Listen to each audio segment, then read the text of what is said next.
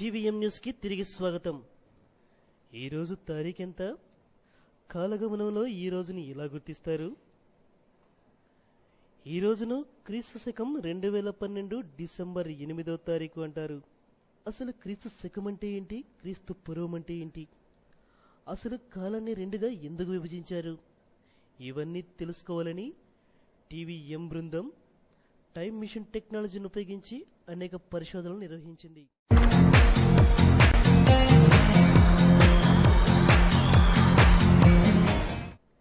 ఈ పరిశోధనల ఫలితాలను మీ ముందుంచబోతున్నాం. టైమ్ మిషన్ టెక్నాలజీని ఉపయోగించి 2000 సంవత్సరాల క్రితం క్రీస్తు జన్మించిన నాటి దృశ్యాలను మా టీవీఎం బృందం చిత్రీకరించింది. ఈ దృశ్యాలన్నిటినీ ఇప్పుడు మీ ముందు ఒక స్టోరీ బోర్డ్ రూపంలో ఉంచబోతున్నాం. క్రీస్తు పుట్టుక గురించిన దృశ్యాలు ఇవాల్టి స్టోరీ బోర్డ్.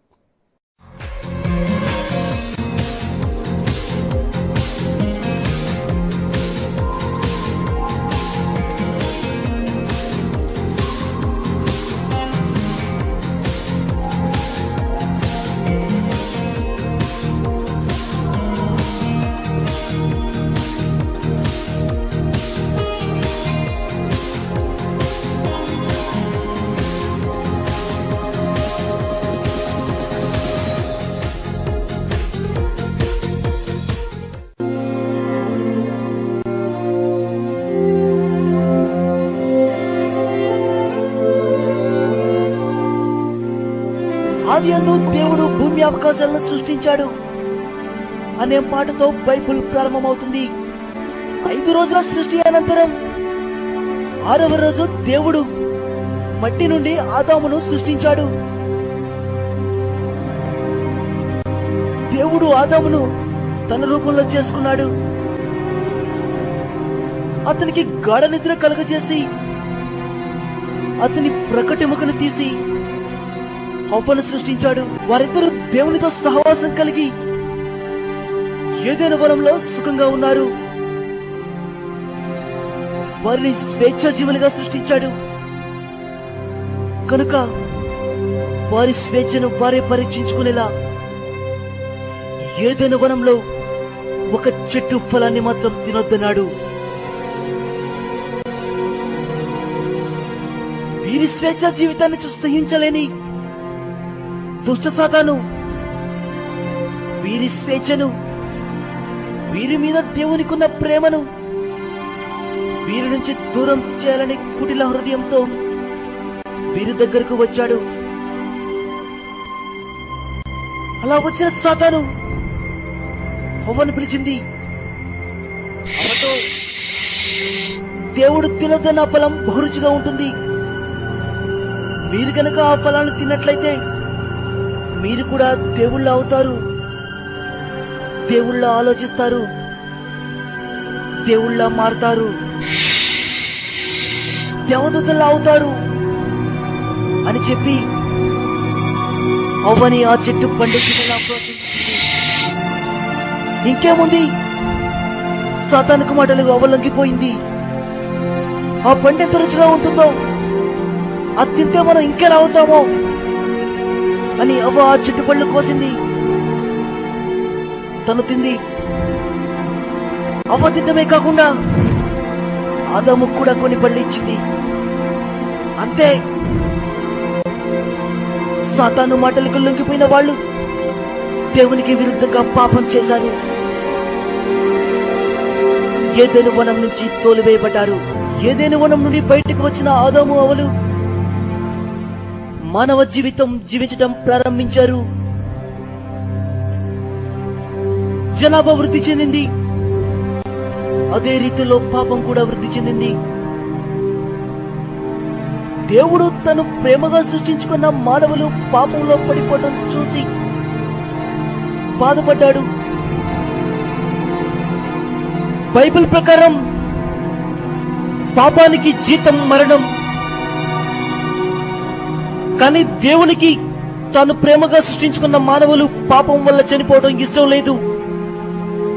అందుకే తాను ఈ లోకానికి వచ్చి తన పవిత్ర రక్తం సిలువలో చిందించి గలిలయ దేశమందు నజరేతు నగరమున దావీదు వంశజునకు యేసేపునకు ప్రదానము చేయబడిన కన్యయుండెను. ఆమె పేరు మరియా. దేవుడు గబ్రియేలు దేవదూతను మరియా ఇంటికి పంపెను.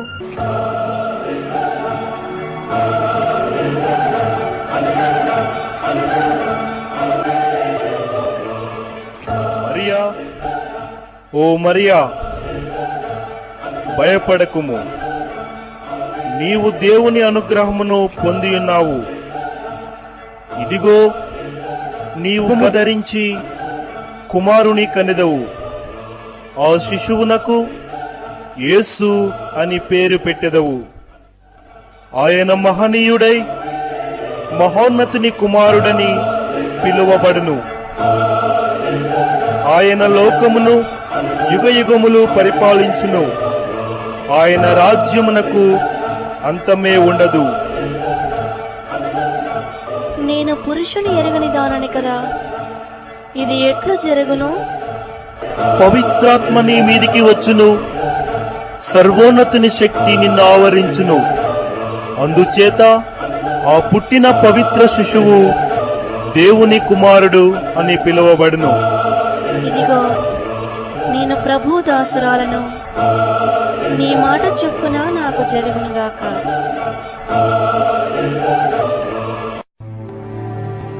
అసలే చలికాలం. నగరమంతా తిరిగిన వారికి చివరికి పశువుల పాకలో స్థలం దొరికింది. అప్పుడు సమయం అర్ధరాత్రి దాటింది. మరియా యేసుక్రీస్తునకు జన్మనిచ్చింది.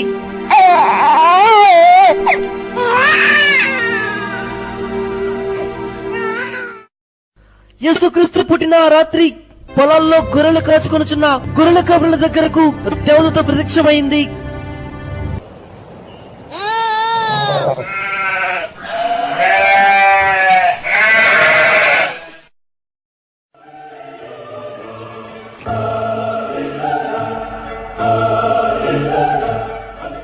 మీరు భయపడకుడి.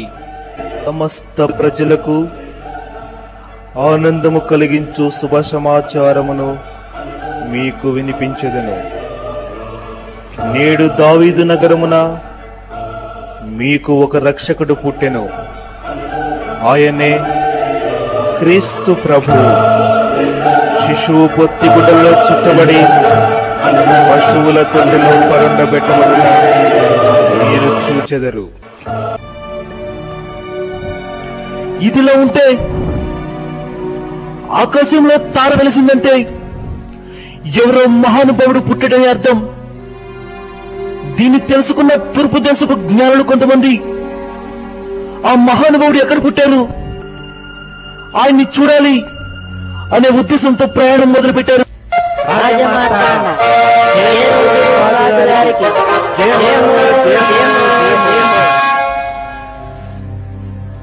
భటులారా, రాజ్యంలో మన గురించి ఏమనుకుంటున్నారు? రాజ్యంలో పరిపాలన గురించి ఏమనుకుంటున్నారు? రాజా, మీ గురించి ఎవరో ముగ్గురు అతిథులు వచ్చారు. వారిని లోపలికి ప్రవేశపెట్టమంటారా? అటులనే ప్రవేశపెట్టండి. హేరోదు రాజులకు ప్రణామములు. ఎవరు మీరు? మీరు వచ్చిన పని? అయ్యా, మేము ఆకాశంలో తారను కనుగొని ఎవరో రాజు పుట్టాడని తెలుసుకుని ప్రయాణమై వచ్చాము. ఆ యూదుల రాజు ఎక్కడున్నాడో మీకేమైనా సమాచారం తెలుసా? లేదు, మా దగ్గర ఎటువంటి సమాచారము లేదు. ధన్యవాదము ప్రభు. ఇక మాకు సెలవు ఇప్పించండి, మేము వెళ్తాము.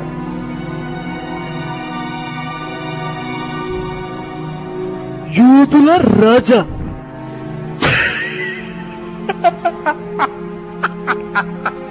యూదుల రాజట. నేను కాకుండా వేరే రాజా? అసంభవం, అసంభవం.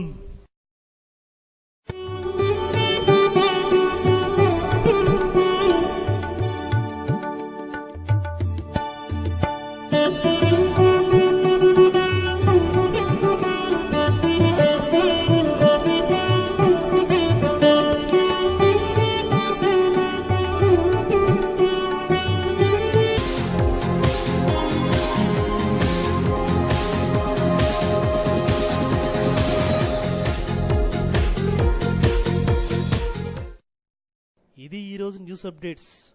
మరింత సమాచారానికై చూస్తూనే ఉండండి TVM. మరింత తాజా వార్తలతో మళ్ళీ నెక్స్ట్ బులెటిన్లో మీ ముందుంటుంది Puri. This is Giri signing out.